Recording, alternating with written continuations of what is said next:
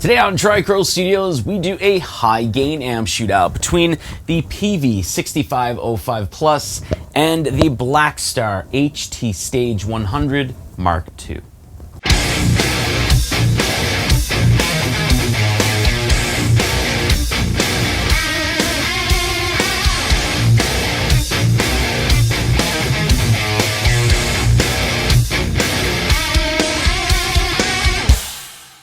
So we'd like to reiterate here that this is a high gain amp shootout, so they're not going to hear any cleans, any mild breakups, or any soft jazz or anything like that.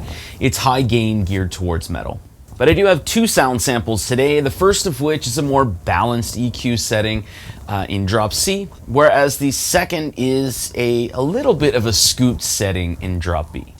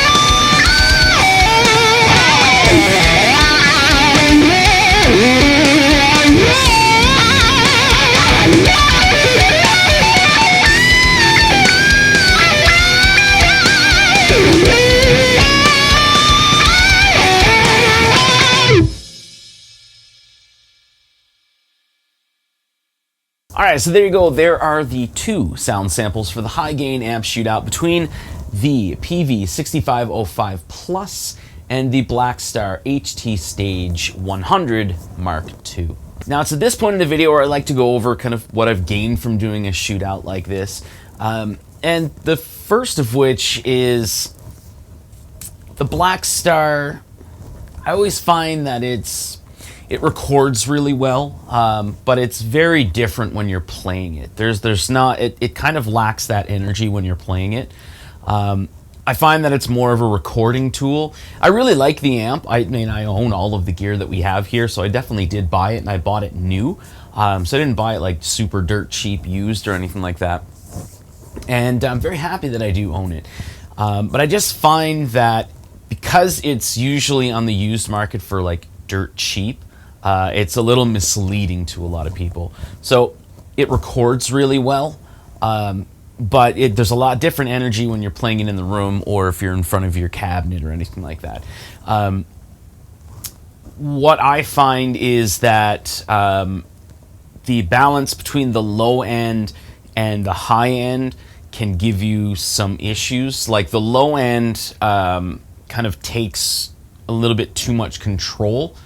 Where it does benefit from using like a boost there to kind of tame the low end and kind of give it a little bit of early saturation, which I did not use a boost in this video for either amp. But yeah, it's just one of those things where it comes across like it's a solid state amp. So when you're raising the volume, generally with tube amps, the EQ starts to open up, it starts to breathe a little better. So like that's why when you see like bedroom players and stuff like that, when they have it at low volumes, they'll usually have that treble and presence cranked as much as they can, whereas when you start raising the volume, everything starts to come a little more towards noon. That's not really the case with the HT Stage. You really have to really mind where the EQ is, and certain frequencies, they just don't react like they should for a tube amp. And of course the 6505 Plus, which I generally do get asked, you know, which model is it? It's US made, so that's before they moved it to China, and it's not the 6505 II. I don't think there's any difference other than where it's made. I don't think there's any like component differences or anything like that from the USA to the Chinese made one. Apparently it's a little different now with the 6505 II, but that just should answer that question. But the 6505 Plus, definitely a notoriously dark amp, which is fantastic, especially paired with any other amp, or a lot of other amps. But what I find is the low end is definitely a lot more consistent, and you really hear some of that gain shining through in the mids, if that'll make any sense to you.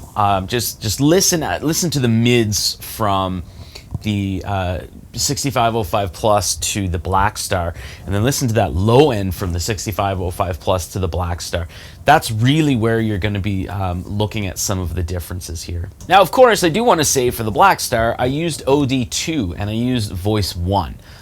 So a lot of people for like high gain and stuff like that, they'll more than likely go with either OD1 with Voice 2 or OD2 with Voice 2. However, I find that OD2 and Voice 1 on the HT Stage is a little better matched with the 6505 Plus, because it's just a little darker. When you're going into Voice 2, there's a lot more gain and a lot more saturation there, and the high end comes through a little more, but you lose a lot of that mid clarity, which you would be looking for in a 6505 Plus comparison.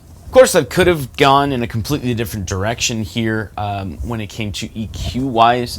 I could have actually put it on Voice 2 for OD2. That would have brought in a little more high end, but at that point, without a TS9, it comes through as very shrill. And at that point, the mids also start to brick wall.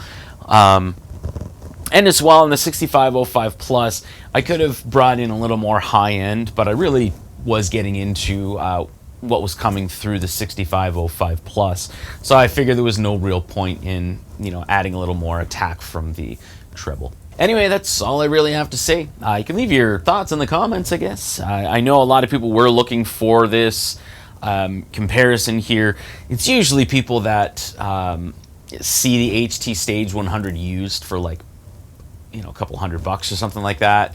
They'll generally go like, hey, how does it compare to a dual rectifier? How does it compare to a 6505 Plus? So hopefully this kind of helps people in that decision. But as I've said in previous videos for the HT Stage 100, don't be fooled by recordings.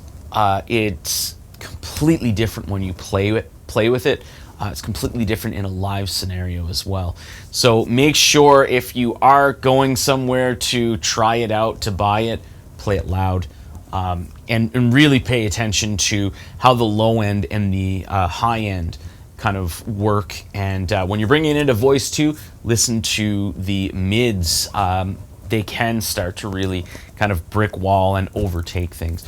But again, the very most important thing is play it loud, because at that point you can see what I'm talking about when the EQ doesn't really breathe and it doesn't really come to life when you start raising the volume like most other tube amps do. Anyway, thanks for watching.